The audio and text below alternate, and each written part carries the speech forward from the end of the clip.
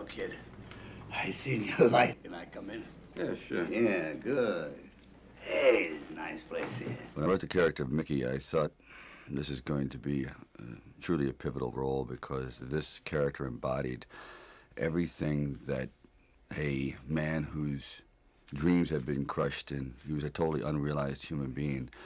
So it took a man who also sort of lived that part and had the kind of integrity and power and honesty to show that on screen, and not many actors would. Burgess Meredith had been around for, well, God, he had been acting since the early 30s, and he truly is one of the legendary greats of Hollywood. There is nothing the man couldn't do, and when he came to meet me in the office, he just had the enthusiasm of a child, which was pretty hard to believe after all these years. And he came with all these character ideas, and he distorted his nose and changed his voice, and he went down and he studied actual promoters and managers from a bygone era, and he literally morphed himself into becoming far and above anything that I had ever realized. And just his voice was just the voice of every unrealized man who had entered this incredible pugilistic world that had never succeeded. There was a kind of frustration and vulnerability, and when he finally culminates in the scene culminates with he and I in the room, it was something that we just let happen. I got all this knowledge. I got it up here, and I want to give it to you. I want to give you this knowledge. I want to take care of you. I want to make sure that all the shit that happened to me doesn't happen to you. I've got so much to give. You know, I've got experience. I've got pain and experience. I got pain experience too. I felt that. He was a joy in every way, shape, and form. We got nominated together, he and I, and we went to an after party together, and he could drink pretty good too, and we were talking and goofing around, and there's a house full of people, and he's sitting on a little ottoman, takes a drink, falls backwards, does a flip, comes up, didn't spill a goddamn drop. It was amazing. I mean, it was like an acrobat from the circus. It was amazing. He was a strong guy, a good man. I don't think he was malicious to anybody at all.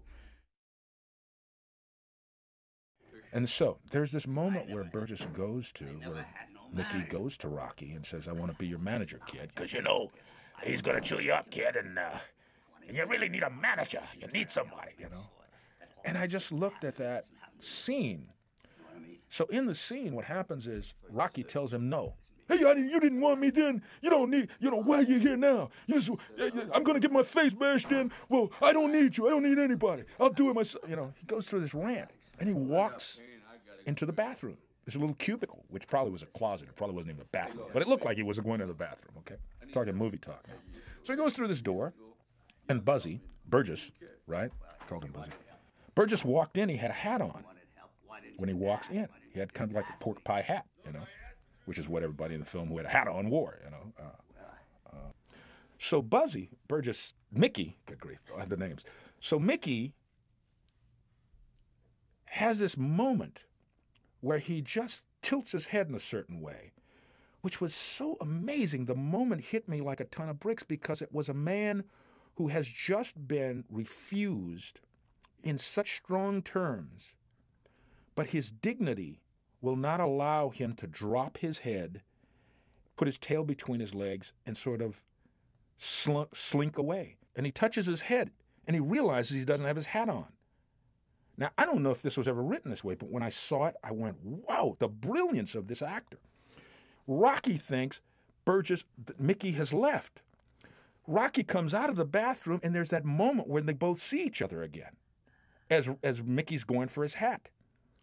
Rocky sees his face and doesn't want to talk to him, goes back in the bathroom, and Mickey gets it completely.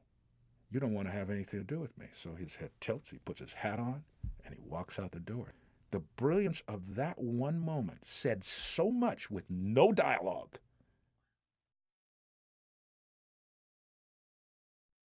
My name is Lee Grant, and I don't belong to the Rocky movie. I have had nothing to do with the Rocky movie, but I have had something to do with Burgess Meredith.